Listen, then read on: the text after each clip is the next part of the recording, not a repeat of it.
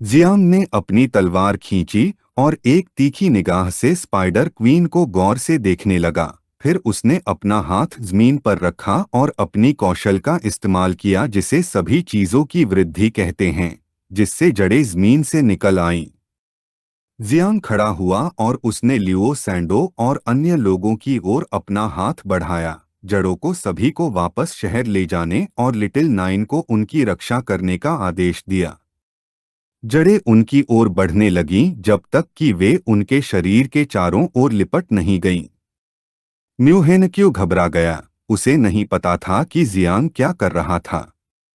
झाइक्सुआन you ने पलटकर देखा, और यह देखकर कि जियांग क्या करने की योजना बना रहा था, वह कुछ हद तक भ्रमित महसूस करने से खुद को नहीं रोक पाई, जिससे यह स्पष्ट हो गया कि वह अकेले स्पाइडर क्वीन को नहीं हरा पाएगा। लियो सैंडो की आंखें आश्चर्य और भय से चौड़ी हो गईं। वह भागने से इनकार करते हुए चिल्लाने लगी, वादा किया कि वह लड़ाई जारी रख सकती है। वह और अन्य लोग जियांग को अकेला नहीं छोड़ना चाहते थे। जियांग की आंखें आत्मविश्वास से चमकने लगीं। उसने अपने कंधे की मालिश शुरू कर दी और उन्हें बात करना बंद करने के लिए कहा। उन्हें सलाह दी कि किसी सुरक्षित जगह पर जाकर ठीक हो जाना बेहतर है, यह बताते हुए कि उनके यहाँ होने से वह स्वतंत्र रूप से नहीं घूम सकता।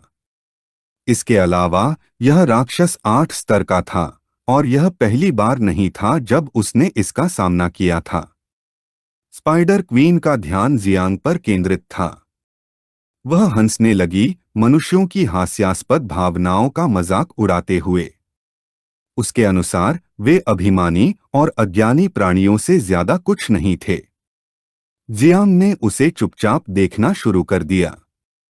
लिटिल नाइन को कुछ जिज्ञासा हुई और उसने पूछा कि क्या वह स्पाइडर क्वीन का सामना करने के लिए कीट की आत्मविनाश क्षमता का उपयोग करने की योजना बना रहा है।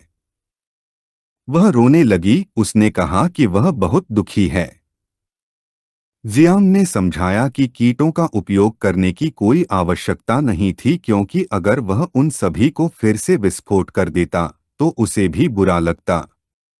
इसलिए उसने इस बार उससे कहा कि वह सिर्फ स्पाइडर क्वीन की संतानों की देखभाल करे, जबकि वह खुद क्वीन से निपटे। स्पाइडर क्वीन ने अपनी ठुड्डी को अपनी उंगली से छूना शुरू कर दिया और उसकी आंखें द्वेष से चमकने लगीं। उसने बताया कि लेवल 9 तलवार देवता भी उसे नहीं मार पाए थे, इसलिए कोई रास्ता नहीं था कि 3 परिवर्तनों में से एकमात्र जागृत व्यक्ति उसके खिलाफ खड़ा हो सके। एक आत्मविश्वास भरी निगाह से जियांग ने एक उंगली दिखाते हुए मुस्कुराते हुए पूछा कि लेवल 9 तलवार देवता उसके जैसे किसी व्यक्ति की तुलना कैसे कर सकता है, यह बताते हुए कि वह अब 3 परिवर्तनों का मास्टर था। अंदर ही अंदर वह चाहता था कि स्पाइडर क्वीन उसे कम आके। स्पाइडर क्वीन की आंखें खुशी से चौड़ी हो गईं। वह जोर से हंसने लगी। यह देखकर उसके बगल में मौजूद पंथ के सदस्यों में से एक ने अपना हाथ उसकी ओर बढ़ाया और उसे हंसना बंद करने और जल्दी से काम करने के लिए कहा, क्योंकि अगर उसने अभी ऐसा नहीं किया तो उसे डर था कि जियालिंग क्यों वापस आकर उसे मार सकता है। उसने उसे डराना बंद करने को कहा, यह समझाते हुए कि जियांग बहुत मजाकिया है। जियांग की निगाहें उस पर टिकी रहीं, और आत्मविश्वास से भरे भाव के साथ उसने झाओझे से प्राचीन देवता के खून की एक पूरी बूंद देने को कहा। उसने यह भी कहा कि इस बार उसे उसके लिए यह सब सहने की जरूरत नहीं है। झाओझे प्रकट हुआ, अपनी उंगली से प्राचीन देवता के खून की एक बूंद ली और भ्रमित भाव के साथ पूछा कि क्या जियांग को यकीन है कि उसका शरीर उसकी मदद के बिना खून को झेल पाएगा। जियांग मुस्कुराने लगा, जिससे यह स्पष्ट हो गया कि उसे यकीन है। झाओझे ने उसे प्राचीन देवता के खून की एक पूरी बूंद दी, जो जमीन पर गिर गई और जियांग के खून में मिल गई। हमारे लड़के ने खून को नियंत्रित करने के लिए सर्वोच्च हाथी के शरीर का उपयोग करने का फैसला किया। हमारे लड़के के शरीर से दुष्ट ऊर्जा और खून से बने तीखे ब्लेड निकलने लगे। उसने अपने हाथ अपनी पीठ पर रखे और पीड़ा में चीखना शुरू कर दिया। फिर जियांग का शरीर बदल गया और उसके बाल सफेद हो गए। जब उसके शरीर से बुरी ऊर्जा निकल रही थी तो उसने जोर से जमीन पर पैर रखा और मकड़ी रानी को ध्यान से देखने लगा। जियांग की नई शक्ति को देखकर वह घबरा गई। उसे नहीं पता था कि उसके पास सातवें परिवर्तन की आभा क्यों थी या उसने यह शक्ति पाने के लिए क्या खाया था। पंथ के सदस्यों में से एक ने खुलासा किया कि जियांग ने अपने खून के साथ प्राचीन देवता के खून की एक बूंद मिला दी थी, कुछ ऐसा जो 3 परिवर्तनों वाले जागृत व्यक्ति का शरीर सहन नहीं कर सकता था। उन्हें यकीन था कि जियांग का शरीर फट जाएगा और वह मर जाएगा। जियांग ने आक्रामक रुख अपनाया और एक जानलेवा नजर से उसे यह देखकर खुशी हुई कि उसका शरीर सातवें परिवर्तन वाले जागृत व्यक्ति के खून को झेलने में सक्षम था। जियांग की नजर मकड़ी रानी पर टिकी हुई थी। उसने गति पकड़ी और उसे मारने की कसम खाते हुए तेजी से उसकी ओर बढ़ने लगा। जैसे जैसे वह धीरे धीरे करीब आता गया, मकड़ी रानी ने उसे देखना शुरू कर दिया और घबराने के बजाय वह शांत रही, यह महसूस करते हुए कि जियांग पहले इतना आश्वस्त क्यों था। यह पता चला कि उसके पास अपनी आस्तीन का एक इक्का था जो उसे सातवें परिवर्तन के साथ जागृत व्यक्ति की शक्ति प्राप्त करने की अनुमति देता था। एक अभिमानी अभिव्यक्ति के साथ वह कूद गई और हमारे लड़के की ओर अपने पेट से रेशम फेंक दिया। उससे कहा कि वह इतना भोला न बने क्योंकि ऐसा कोई तरीका नहीं था जिससे वह सातवें परिवर्तन की शक्ति को मजबूर कर सके। उसे हराने के लिए जियांग की आंखें घृणा से चमकने लगीं। वह सतर्क हो गया, यह महसूस करते हुए कि वह रेशम का उपयोग करके उसे उलझाना चाहती थी। रेशम मकड़ी रानी के पेट से जियांग की ओर निकला, लेकिन उसने समय रहते प्रतिक्रिया की और अपनी नई शक्ति का उपयोग करते हुए हमले को चकमा देते हुए कूद गया। यह देखकर मकड़ी रानी कुछ उलझन में पड़ गई। उसे समझ में नहीं आ रहा था कि क्या हो रहा है। उसके अनुसार उसकी आंखें आश्चर्य और भ्रम में चौड़ी हो गईं। ऐसा नहीं होना चाहिए था क्योंकि उसने जियांग की हरकतों का अनुमान लगा लिया था। पहले तो उसने सोचा कि जियांग ने उसकी हरकतों का अनुमान लगा लिया था, लेकिन फिर उसने सोचा कि ऐसा नहीं हो सकता क्योंकि उसका स्तर उससे कम था। जब वह विचलित थी, जियांग कूद गया और जैसे ही उसके शरीर से गड़गड़ाहट निकली, उसने हमला करने की तैयारी की। उसे इतना घमंडी न बनने के लिए कहा। जियांग की आवाज सुनकर वह अपने विचारों से बाहर आई और यह देखकर कि वह हमला करने के लिए तैयार था, सतर्क हो गई। हमारे लड़के ने आई ऑफ एविल नामक कौशल का उपयोग किया, जिससे आकाश में एक शक्तिशाली और विशाल आंख दिखाई दी। मकड़ी रानी डर से स्तब्ध थी, उसे समझ में नहीं आ रहा था कि क्या करे। जियांग ने अपनी आंखें बंद कर लीं और अपने चेहरे को अपनी बाह से ढकना शुरू कर दिया। सभी से कहा कि वे न देखें क्योंकि यह उनके सार को नुकसान पहुंचाने वाला था। आदेश का पालन करते हुए जियांग वुक्सियांग ने भी अपनी आंखें बंद कर लीं और अपने चेहरे के सामने अपनी बाह रख ली। वह यह देखकर कुछ हद तक भ्रमित था कि जियांग की थंडर क्लास दिव्य स्तर तक बढ़ गई थी। यिन जियांग ने भी अपनी आंखें बंद कर लीं। वह सदमे में था क्योंकि जियांग के पास 2 दिव्य स्तर की कक्षाएं थीं। उसे एहसास हुआ कि अब उसके साथ प्रतिस्पर्धा करने का कोई तरीका नहीं था। जियांग जो उड़ रहा था, मकड़ी रानी को घूरने लगा और उसने आई ऑफ एविल को आदेश दिया कि वह उसकी चेतना के सागर को अवरुद्ध कर दे। आदेश सुनते ही आंख का ध्यान उस पर केंद्रित हो गया और वह चमकने लगी। फिर एक शक्तिशाली गड़गड़ाहट उसके ऊपर उतरने लगी। मकड़ी रानी की आंखें फैल गईं। उसने आंख को देखना शुरू किया और घबरा गई क्योंकि राक्षसी जानवरों के रूप में उनका आध्यात्मिक सार मनुष्यों की तुलना में कमजोर था। इसलिए उसने हमले का विरोध करने का फैसला किया। इससे पहले कि गड़गड़ाहट उसके शरीर पर हमला करे, उसने एक रक्त ढाल बुलाया और हमले से खुद को ढक लिया। जियांग, जिसका शरीर गड़गड़ाहट से घिरा हुआ था, उसके सामने उतरा।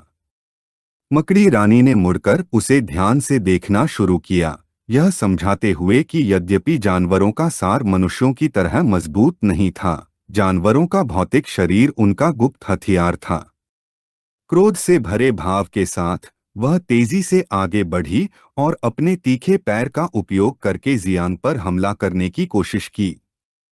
लेकिन जियांग ने बिजली के बोल्ट नामक तकनीक का इस्तेमाल किया और उसका शरीर गड़गड़ाहट में बदल गया, हमले को चकमा दे दिया। मकड़ी रानी का ध्यान जियांग पर केंद्रित था और उसकी आंखें भ्रम से भरी हुई थीं। उसे विश्वास नहीं हो रहा था कि जियांग एक बार फिर आगे निकल गया था और फिर से हमले को चकमा दे गया था। वज्र की गति से उसे नहीं पता था कि उसके पास पूर्वज्ञान क्षमताएं हैं या नहीं, लेकिन फिर उसने इस विचार को खारिज कर दिया क्योंकि यह असंभव था। यहाँ तक कि धारणा वर्ग का कोई भी जागृत व्यक्ति ऐसा नहीं कर सकता था, यह मानते हुए कि यह केवल शुद्ध भाग्य था। जियांग ने अपनी पीठ उसकी ओर मोड़ ली और वज्र की तरह चलने लगा। स्पाइडर क्वीन को जल्द ही एहसास हो गया कि वह वज्र के क्षेत्र के विद्युत क्षेत्र का उपयोग करके प्रकाश की गति से आगे बढ़ रहा था। वह क्रोधित हो गई और रेशम छोड़ना शुरू कर दिया, यह सोचकर कि जियांग उसके सामने दिखावा कर रहा है। पलक झपकते ही उसके शरीर से रेशम निकल आया और क्षेत्र के चारों ओर एक अवरोध बना दिया। हमारे लड़के को जल्दी ही एहसास हो गया कि वह उसके विद्युत क्षेत्र को एक वेब से ढकना चाहती थी और उसने वेब का उपयोग जानकारी वापस भेजने और टेलीपोर्ट करने के लिए किया। उसका तेज पैर जियांग के सामने दिखाई दिया। उसने उसे कमीना कहा और कहा कि इस बार वह बच नहीं सकता। जियांग ने अपना सिर उठाया और उसकी आंखें डर और आश्चर्य से चौड़ी हो गईं। आत्मविश्वास से भरी निगाहों से जियांग ने उसे गौर से देखना शुरू किया और यह स्पष्ट कर दिया कि जो बच नहीं सकता वह वही है। मकड़ी रानी ने अपने तीखे पैर का इस्तेमाल करके हमला किया, लेकिन जियांग ने हमले को रोक दिया और फिर स्वर्ग और वज्र के ब्लेड नामक कौशल का इस्तेमाल करते हुए अपनी तलवार को जोर से घुमाया। हमारा लड़का तेजी से आगे बढ़ा और एक पैनी निगाह से मकड़ी रानी के पैर को बिना प्रतिक्रिया करने का समय दिए ही काट दिया। उसका पैर उड़ गया और वह दर्द से चीखने लगी। चींटी की आंखें डर और आश्चर्य से चौड़ी हो गईं। यह देखकर वह हैरान रह गई कि जियांग कितना शक्तिशाली था। झाई गैंग का जबड़ा सदमे में खुला रह गया, यह महसूस करते हुए कि जियांग के कट में मास्टर गु कैशेन के समान ही शक्ति थी, यह नहीं जानते हुए कि क्या जियांग धारणा वर्ग जैसा कोई और पेशा छिपा रहा था, क्योंकि ऐसा कोई तरीका नहीं था जिससे वह बार बार मकड़ी रानी के हमले के पैटर्न की भविष्यवाणी कर सके। झाई ओकी की निगाह, जो दूसरों को ठीक कर रही थी, जियांग पर टिकी हुई थी और उसकी आंखें डर से चौड़ी हो गईं, जिससे वह अवाक रह गई। उसके लिए यह असंभव था कि 3 परिवर्तनों के साथ एक जागृत व्यक्ति की धारणा क्षमता स्तर 8 राक्षस की तुलना में अधिक मजबूत हो। यह कुछ ऐसा था जो सीलबंद राजा स्तर का जागृत व्यक्ति भी नहीं कर सकता था। जियांग खड़ा हुआ और जब उसका शरीर एक शक्तिशाली ऊर्जा से घिरा हुआ था तो उसने चुपचाप मकड़ी रानी का निरीक्षण करना शुरू कर दिया। वह था। यह देखकर कुछ आश्चर्य हुआ कि इस प्रहार ने मकड़ी रानी को घायल कर दिया था। उसे एहसास हुआ कि उसका शरीर प्राचीन देवता के रक्त के सार से बढ़े हुए हमले का सामना नहीं कर सकता। उसने पिछले हमले में अपनी लगभग सारी शक्ति लगा दी थी और प्राचीन देवता के रक्त की शक्ति समाप्त होने वाली थी, इसलिए उसे जल्दी से जल्दी इसे खत्म करना था। उसका अगला हमला एक घातक प्रहार होना था, कुछ ऐसा जो उसे पलटवार करने की शक्ति न दे। जब मकड़ी रानी के कटे हुए पैर से खून बह रहा था, उसका ध्यान जियांग पर केंद्रित था और उसकी आंखें क्रोध से चमकने लगीं। उसे विश्वास नहीं हो रहा था कि एक चींटी ने राजसी स्तर 8 रानी को घायल करने की हिम्मत की थी। जियांग, जो सामने खड़ा था, ने यह कहकर उसका मजाक उड़ाया कि एक स्तर 8 राक्षस कोई बड़ी बात नहीं है। उसके लिए यह कोई आश्चर्य की बात नहीं थी कि वह सैकड़ों वर्षों से पृथ्वी की गहराई में छिपी हुई थी। जियांग की योजना उसे गुस्सा दिलाना था। वह चाहता था कि वह बेलगाम क्रोध के आगे अपना विवेक खो दे। यह योजना काम कर गई क्योंकि उसकी आंखें क्रोध से भर गईं और उसके शरीर से रेशम निकलने लगा। उसने समझाया कि पिछली बार झाई लिंगक्यू ने उसके सार को क्षतिग्रस्त कर दिया था और वह उसका उपयोग नहीं करना चाहती थी, लेकिन यह देखते हुए कि वह मृत्यु की तलाश में था, उसने उसकी इच्छाएं पूरी करने का फैसला किया। उसने रेशम छोड़ना शुरू कर दिया। यह 8वें स्तर के राक्षस का डोमेन था। कोई नहीं जानता था कि जियान प्रतिरोध करने में सक्षम होगा या नहीं। कुछ लोगों का मानना था कि वह मरने वाला था। जियांग यह देखकर मुस्कुराए बिना नहीं रह सका कि उसने आखिरकार एक डोमेन को तैनात करने के लिए अपने मूल सार का उपयोग करने का फैसला किया था, लेकिन एक शांत नज़र से उसने खुलासा किया कि यह शर्म की बात है क्योंकि बहुत देर हो चुकी थी। उसने अपना हाथ बढ़ाया, जिससे उसकी हथेली में गड़गड़ाहट दिखाई दी। फिर उसने अपना हाथ जमीन पर रखा और थंडर गॉड क्लास के शाश्वत डोमेन को सक्रिय कर दिया। फिर वह खड़ा हो गया और स्पाइडर क्वीन के शरीर पर गड़गड़ाहट होने लगी। वह जमीन पर गिर पड़ी और डर के मारे खुद को रोक नहीं पाई। उसे नहीं पता था कि जियांग को कैसे पता था कि वह अपने डोमेन को तैनात करने जा रही है, या उसके लिए इतना मजबूत डोमेन होना कैसे संभव था। उसने फिर से अपने डोमेन को तैनात करने की कोशिश की, लेकिन वह असमर्थ रही। जियांग ने अपना हाथ उसकी ओर बढ़ाया और मुस्कुराते हुए ऊर्जा इकट्ठा करते हुए कहा कि इसके दो कारण थे। पहला, वह बहुत धीमी थी और दूसरा, उसका डोमेन अधिक मजबूत था। उसे डर लगने लगा। उसे लगा कि यह असंभव है। जियांग की आंखें गंभीरता से भर गईं। उसने लड़ाई खत्म करने का फैसला किया क्योंकि उसे उससे बात करने की कोई इच्छा नहीं थी। हमारे लड़के ने अपनी शक्ति का इस्तेमाल किया, जिससे आकाश से एक शक्तिशाली वज्र उसके शरीर पर गिरा।